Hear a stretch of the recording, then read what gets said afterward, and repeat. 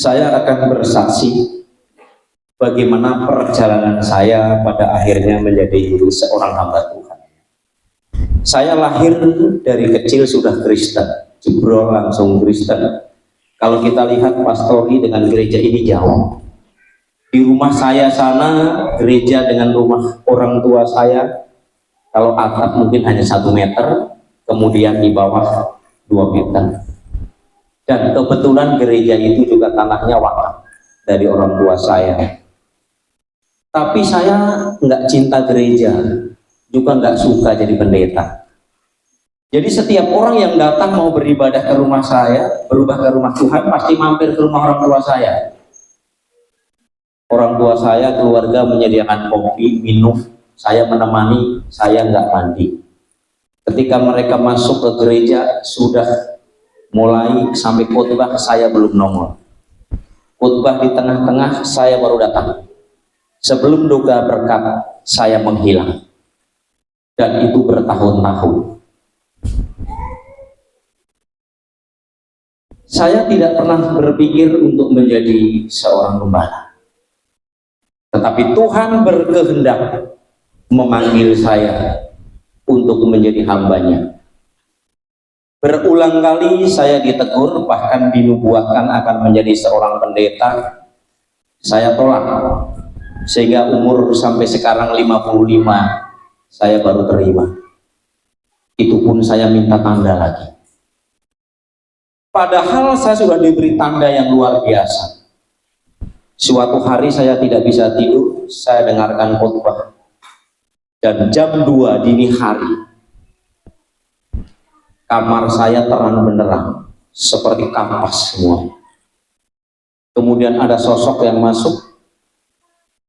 Saya hanya melihat jubah dari leher sampai bawah, tapi saya tidak melihat wajahnya.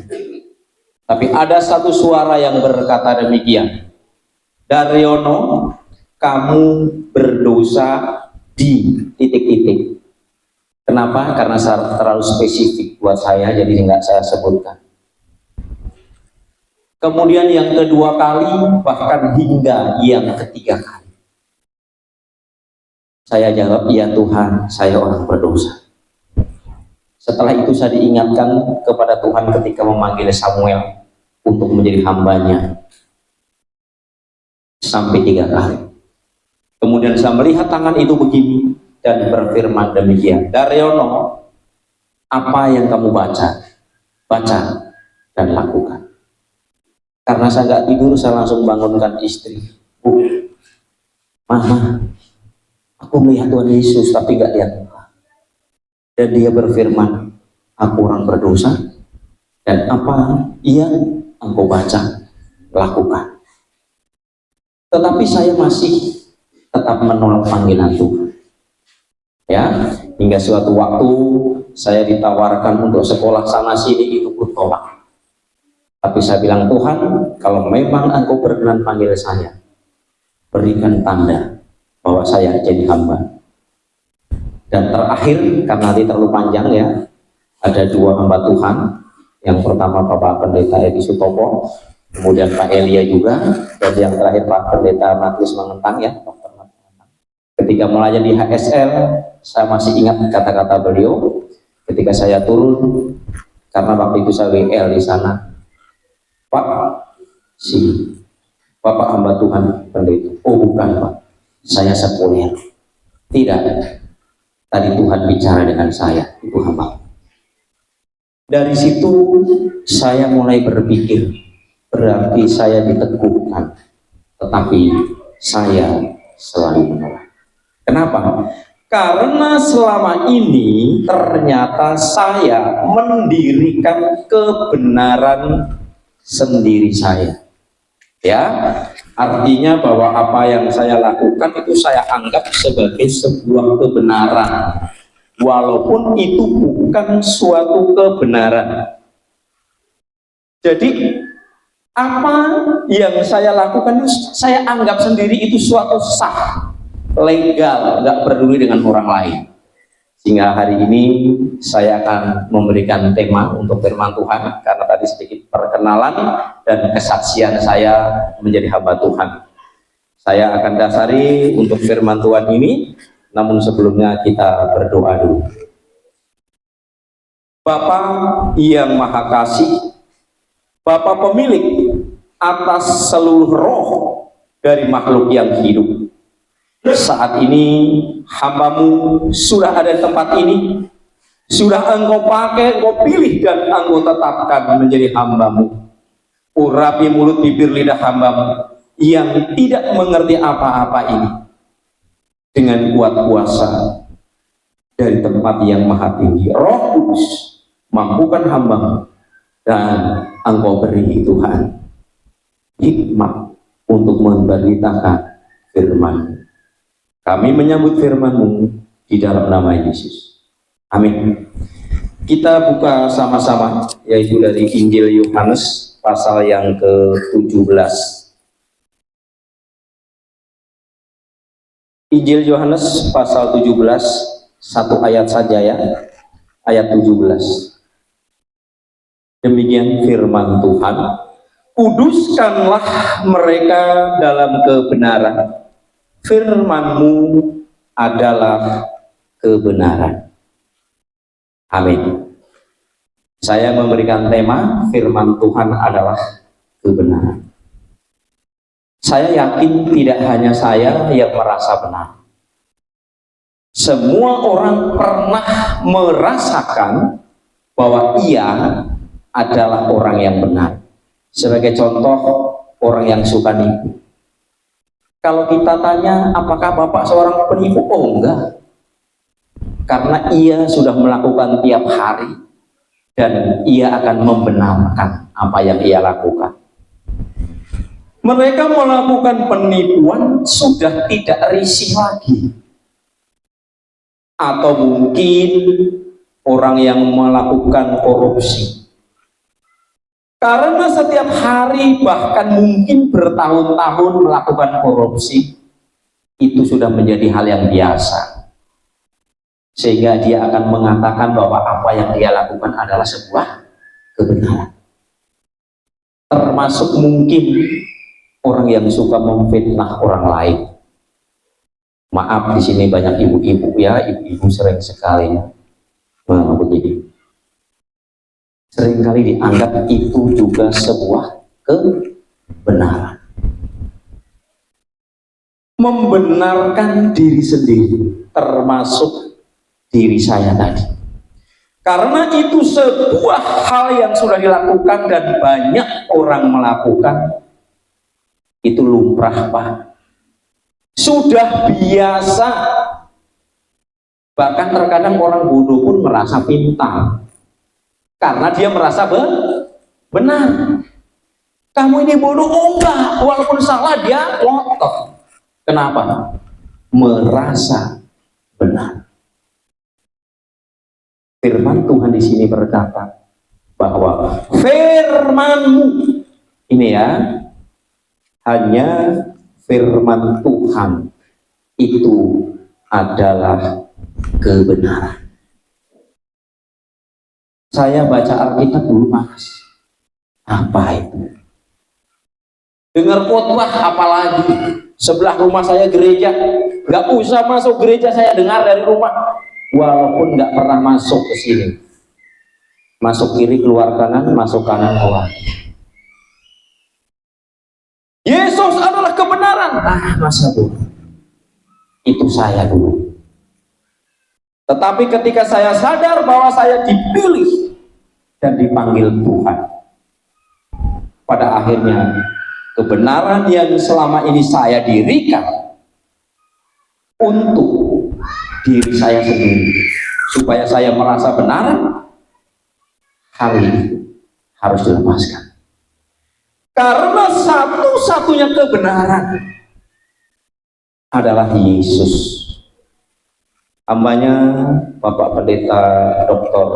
Nikodemus Sabudin, MA, MPH, tadi sudah menyinggung bahwa Yesus adalah satu-satunya jalan dan kebenaran dan hidup. Yohanes 14 ayat 6. Tidak ada seorang pun datang kepada surga kepada Bapa tanpa melalui Tuhan Yesus. Oh Pak, agama sama Pak, hanya jalannya yang berbeda Pak. Banyak jalan menuju Roma.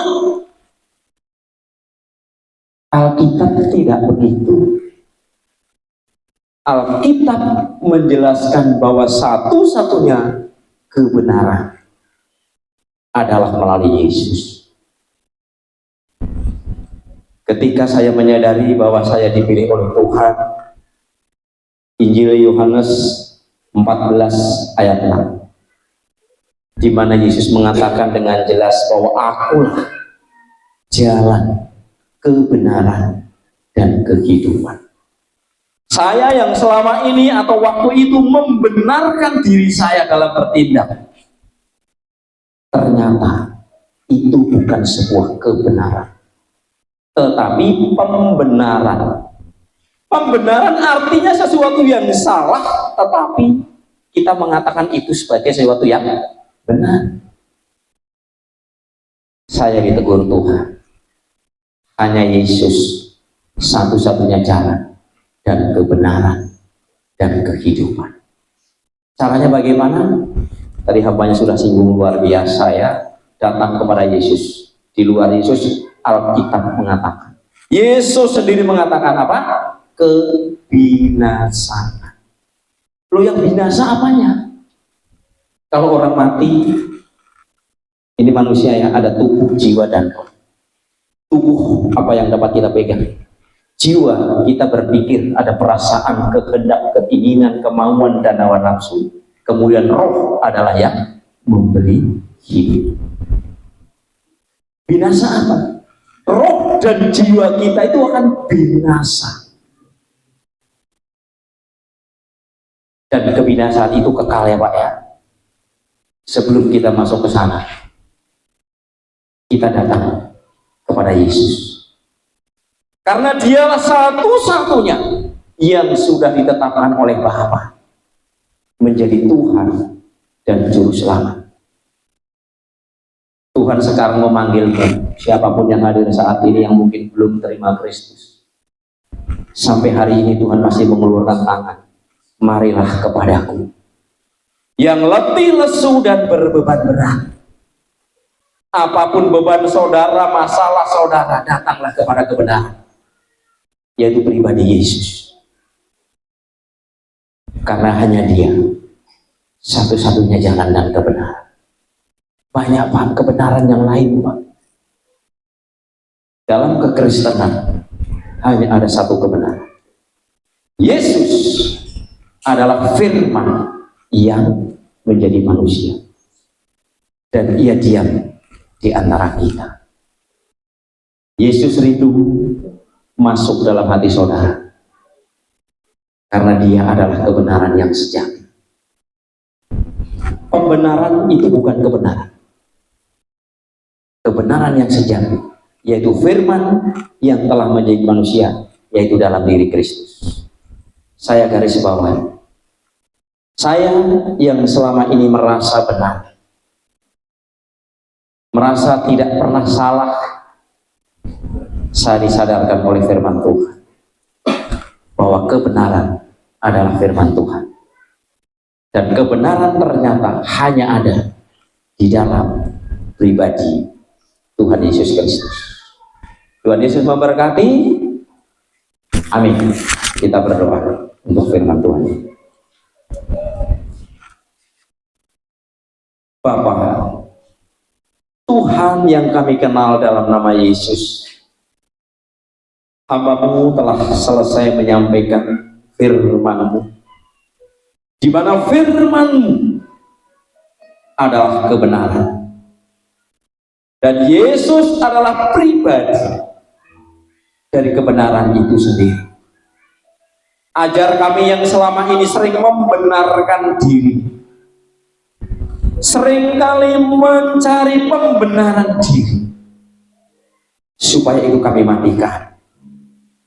Kami datang kepada kebenaran sejati, yaitu Yesus yang memegang kendali atas tubuh, jiwa, dan roh kami.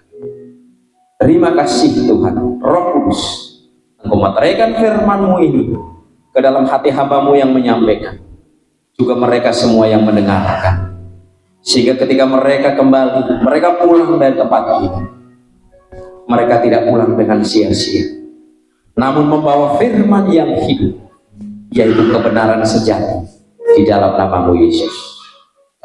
Terima kasih Bapa, dalam nama Yesus Kristus hamba-Mu berdoa dan bersyukur. Amin.